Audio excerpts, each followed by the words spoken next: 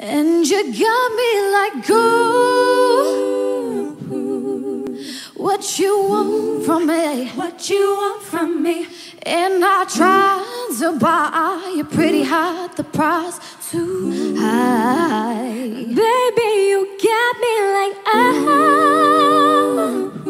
you love when I fall apart, when I fall apart, so you can put me. Alors pour le coulis à la framboise, commencez par mettre les framboises dans un petit bol comme ça et vous écrasez le tout jusqu'à avoir un petit jus avec une fourchette. Donc je fais un mini coulis parce que je vais pas en avoir besoin d'énormément. Donc j'écrase le tout et ensuite ce que je vais faire c'est que je vais rajouter un peu de citron. Je vais mélanger le tout gentiment, je vais filmer, faire des trous dans le film et mettre au micro-ondes pas trop longtemps. Vous mettez au micro-ondes jusqu'à ce que ça fasse un petit bouillon mais après vous le ressortez. Donc quand c'est sorti du micro-ondes, vous avez laissé à peu près 20 secondes au micro-ondes, vous passez le tout au tamis pour enlever toutes les graines de la framboise et après ce que vous allez faire c'est que vous allez rajouter du sucre et vous mélangez simplement gentiment et voilà, vous avez déjà fini votre coulis. Maintenant on va passer à la préparation du socle du cheesecake. Ce que vous allez faire c'est que vous allez mettre du sucre dans un récipient auquel vous allez rajouter du beurre et vous allez crémer le tout. Donc il faut simplement crémer avec un joli batteur électrique.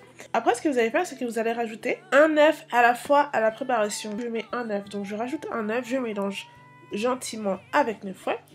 Et ensuite ce que je fais c'est que je rajoute le deuxième œuf et je mélange encore une fois gentiment. Maintenant on va rajouter les ingrédients secs. Donc je commence par mettre la farine, auquel je rajoute les spéculoos cassés et je rajoute un peu de cannelle. Les spéculoos, je les ai simplement trouvés dans le commerce et avec un rouleau à pâtisserie, je les ai réduits en poudre. Donc voilà comment j'ai réussi à avoir une poudre des spéculoos. Donc après avec une maryse, je mélange gentiment. Donc je commence avec la maryse et après je vais prendre des mains pour réussir à faire une jolie boule que je vais garder pour réserver pour après étaler. Bah je vais vous montrer tout de suite comment je l'étale. Alors pour l'étaler, je prends simplement 2 feuilles de papier sulfurisé.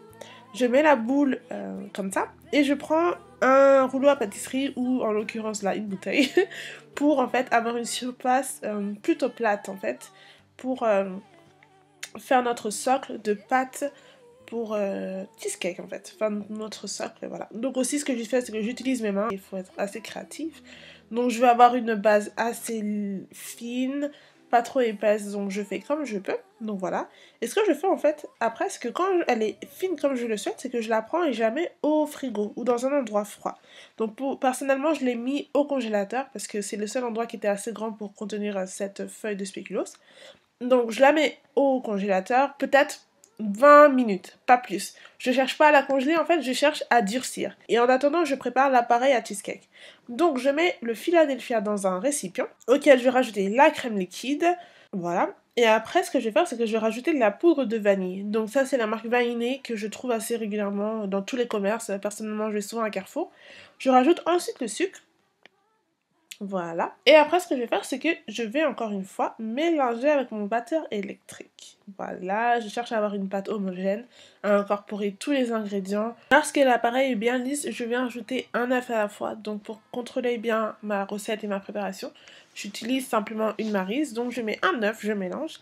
Et je rajoute ensuite le deuxième œuf et je mélange. Et voilà, on a déjà fini notre appareil à cheesecake. Maintenant, je vais passer au fonçage du socle du cheesecake. Donc ce que je fais c'est que j'ai sorti mon fond de spéculoos du congélateur qui est quand même plutôt dur. Donc ce que je fais c'est que je prends mon cercle à entremets et je viens faire un trou comme ça sur la pâte à spéculoos. Donc voilà, après ce que je fais c'est que j'utilise un couteau pour vraiment réussir à détacher la pâte de l'autre morceau de la pâte en quelque sorte. Donc, c'est très délicat. Il faut vraiment travailler avec le froid. Si vous voyez que votre pâte tombe en lambeaux, ce qu'il faut faire, c'est qu'il faut remettre le tout au frigo, au congélateur pour que ça redevienne bien froid. Donc, je réussis à prendre le socle de cette manière, doucement, avec les mains. C'est hyper délicat.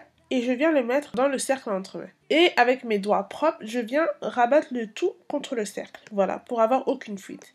Ensuite, je prends simplement un couteau pour faire des lamelles pour mettre sur le bord de l'entremet. Donc, j'ai pas trop calculé, j'ai juste fait des lamelles de cette manière-là.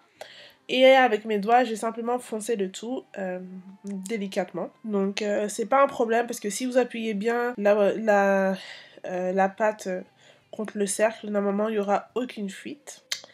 Voilà.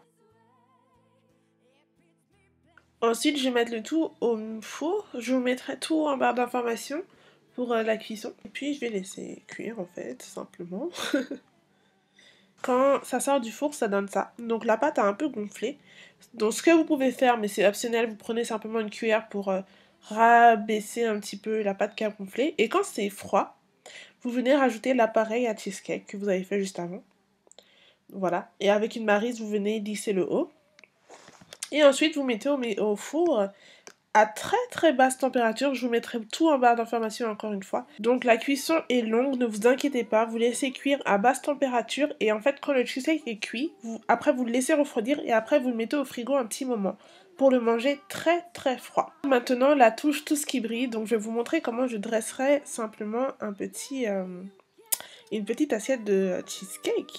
Donc je couperai une part et je mettrai une noix comme ça de chantilly au milieu du cheesecake. Ensuite, ce que je ferai, c'est que je mettrai simplement une framboise comme ça au-dessus. Et après, je prendrai mon coulis de framboise qu'on a fait juste avant, que je mettrai dans une pipette et je mettrai le tout comme ça joliment sur l'assiette. Et voilà. Et voilà votre dessert. Dites-moi ce que vous en pensez. Je trouve ça vraiment beau, très instagrammable. Si vous reproduisez cette recette, n'oubliez pas de la partager sur Instagram avec le hashtag SoniaTipsCooking. Je like toutes vos photos et ça me fera vraiment plaisir de voir si vous reproduisez cette recette. Voilà, je vous dis à dimanche prochain et prenez soin de vous. Au revoir.